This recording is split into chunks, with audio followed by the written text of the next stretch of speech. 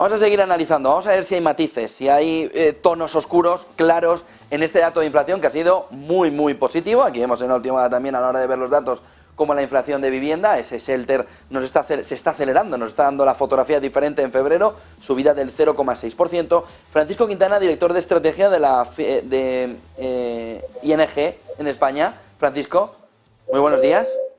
Hola, muy buenas, ¿qué tal? Reducción hasta el 5% del crecimiento de la inflación, parece que la subyacente se comporta como estaba, pero aquí las emociones del inversor se acaban de disparar. ¿Es suficiente el movimiento de reducción y lo que nos contaba Álvaro González de empezar a ver desinflación en el mercado, incluso con restricción crediticia para los próximos meses, para pensar que una parte del camino de 2023 ya está hecha? A ver, una parte del camino en términos de invertir la política monetaria sin duda ya está hecha. Hace ya muchos meses que está cayendo la inflación en Estados Unidos y que no nos da un susto. El mes pasado fue un poco decepcionante, pero en general está claro que el camino de reducción de precios es bastante sólido y hoy hemos tenido una pequeña sorpresa positiva, pero como bien decíais hace unos minutos, este es un mes para fijarse principalmente en los datos mensuales, en el cambio de un mes al siguiente y no en el cambio respecto a hace un año, porque el efecto base es muy irrelevante. Siempre lo es, pero en meses como el de marzo del año pasado, pues quizás fueron excepcionalmente fuertes. Entonces lo que aquí podemos leer es que las cosas van por el camino que esperaba la Reserva Federal. Hay poco detalle, matiz oscuro, ¿no? Vemos, siempre hablando en términos intermensuales, una ligera sorpresa positiva en la inflación total, casi la tenemos plana, pero esto viene principalmente de la energía y ya hace muchos meses que la Reserva Federal nos dice que ya no le está prestando atención a los componentes energéticos y de alimentos y que se está fijando en la subyacente. Y la subyacente pues ha ido como lo esperado. Entonces aquí la sorpresa no ha sido positiva, ha sido simplemente un poco en línea con las expectativas, una leve reducción en la subyacente. Quizás la sorpresa más positiva ha sido que la solidez en la caída de los servicios subyacentes. Aquí ya estamos hablando del detalle, ¿no? Que es a lo que estamos jugando ahora en la Reserva Federal, ¿no?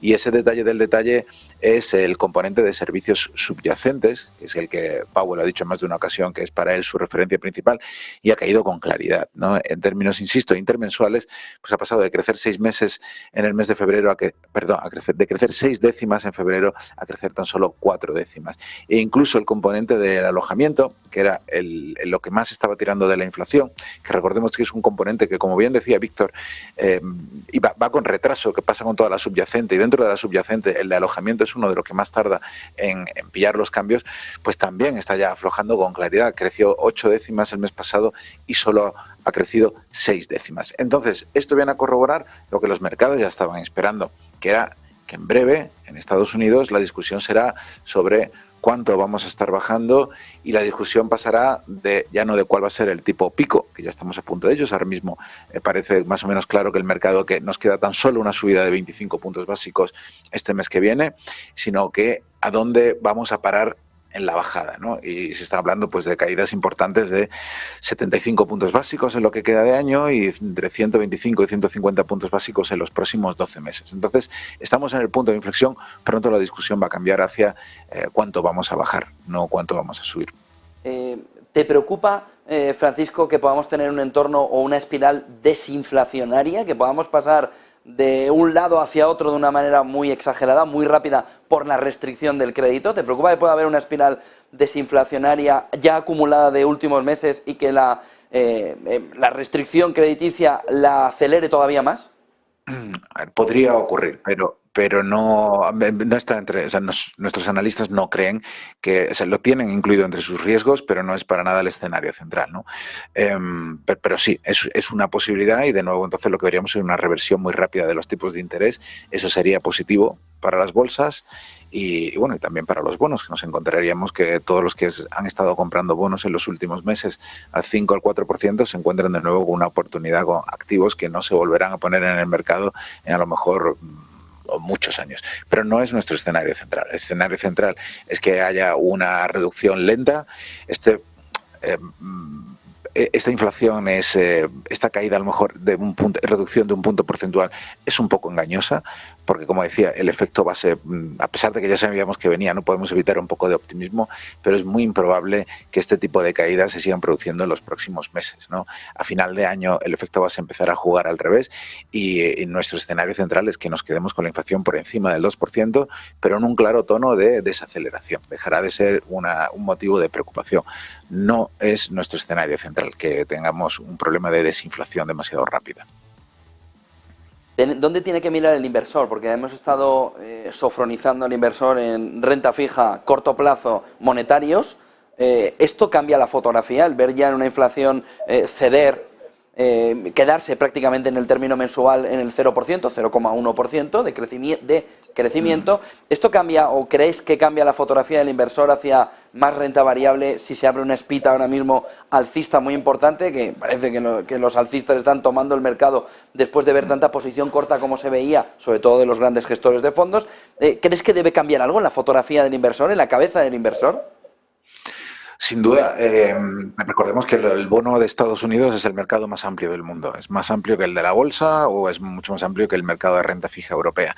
Entonces, lo que nos están diciendo los datos es que primero, antes de ir a la renta variable, hay un paso intermedio. Es el hecho de que el inversor conservador pues ahora se puede sentir más cómodo a la hora de moverse desde la renta fija a corto plazo a la renta fija a largo plazo, la duración, que ahora mismo no parece particularmente atractivo porque la curva está invertida y puede ser que, en contra de lo que dice la finanza tradicional, pases de un bono a corto plazo a comprometerte con el gobierno a 10 años y lo que obtengas es una rentabilidad inferior. Pero es una rentabilidad inferior solo en el corto plazo. Si efectivamente se materializara este cambio de tendencia que el mercado está esperando ahora mismo, lo que nos encontraríamos es que ese bono a 10 años o a 30 años no solo le va a dar al inversor ese cupón del 5 y pico por ciento o del 4 y pico por ciento en este momento, sino que además vivirá una revalorización del precio. ¿Por qué? Porque ese bono a 10 años, dentro de un año, el equivalente que se emitirá te dará solamente un 3%. Entonces, estos inversores pueden estar disfrutando de retornos positivos adicionales, más allá del cupón, durante un periodo prolongado. Entonces, antes de saltar a la renta variable, el primer punto de inflexión es: ahora se le abre la puerta a lo que en finanzas se le llama la duración, pasar de un bono de corto plazo a un bono de largo plazo que te puede dar fuentes adicionales de alegría. Y sin duda, este ambiente pasa a ser más constructivo para la renta variable. Si empiezan a caer los bonos, es que la competición es muy dura. Si tienes en Estados Unidos un SP500 que te da como dividendo, hay muchos inversores que invierten de manera conservadora en las acciones que simplemente cuentan con ese dividendo que te da la acción cada año como un flujo, como unos ingresos, digamos, regulares. Si ese dividendo ha estado en el 2 y pico por ciento, 3 y pico por ciento, y enfrentándose ahora a la alternativa de un bono que te da el 5 y 5,25%, pues ha perdido mucho atractivo para los inversores conservadores esa renta variable, jugándola desde el ángulo del dividendo.